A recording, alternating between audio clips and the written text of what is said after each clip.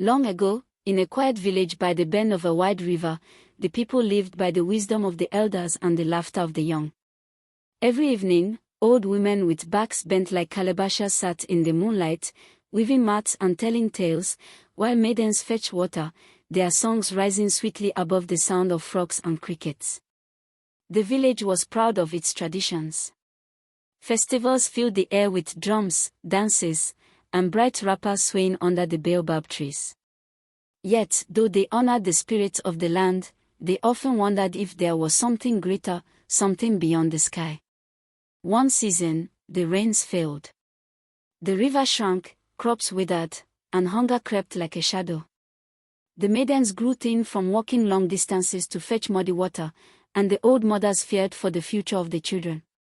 One night, as the village gathered around a flickering fire, a glowing white bird appeared in the sky. In its beak, it carried a flame that never burned out. It circled above the huts and dropped the flame gently onto the fire at the center of the gathering. The oldest grandmother, Momankechi, raised her wrinkled hand and said, "This flame is not like our fire. It does not consume. It warms the spirit.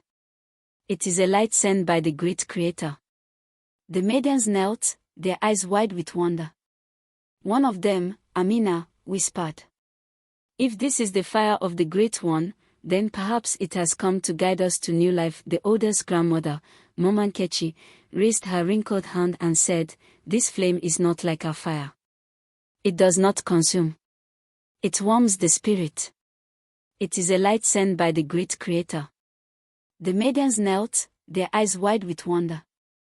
One of them, Amina, whispered, "If this is the fire of the Great One, then perhaps it has come to guide us to new life."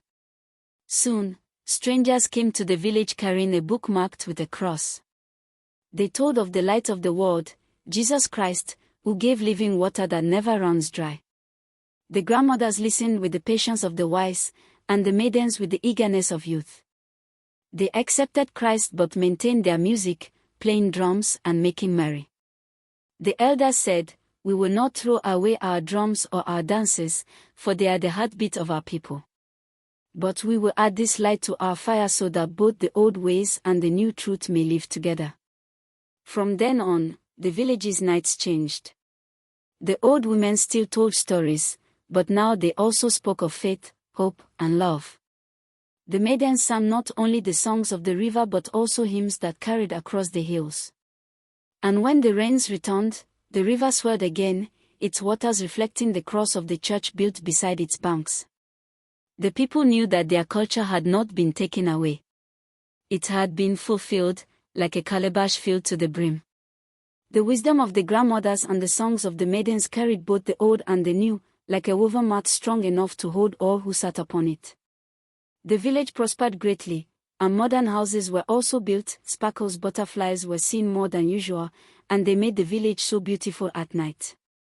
As the moon rose higher, its light shimmered in a way it has never been seen before. Its light glow, a few butterflies, shimmering silver and gold, fluttered down, their wings glistening like pieces of starlight. The people gasped in awe. The butterflies danced slowly around the fire, circling the old women, brushing gently against the faces of the maidens, and gliding gracefully over the river. They did not burn, nor did they flee. They stayed, as though carrying a message. Momankechi, the eldest grandmother, whispered, "The moon has sent its messengers. These butterflies carry peace. Watch them, for they may guide us to what we have long wondered about, something greater, beyond the sky." From that night, the butterflies returned again and again. They came when the moon was full, dancing across the village, calming the people's hearts, and reminding them of beauty even in times of struggle.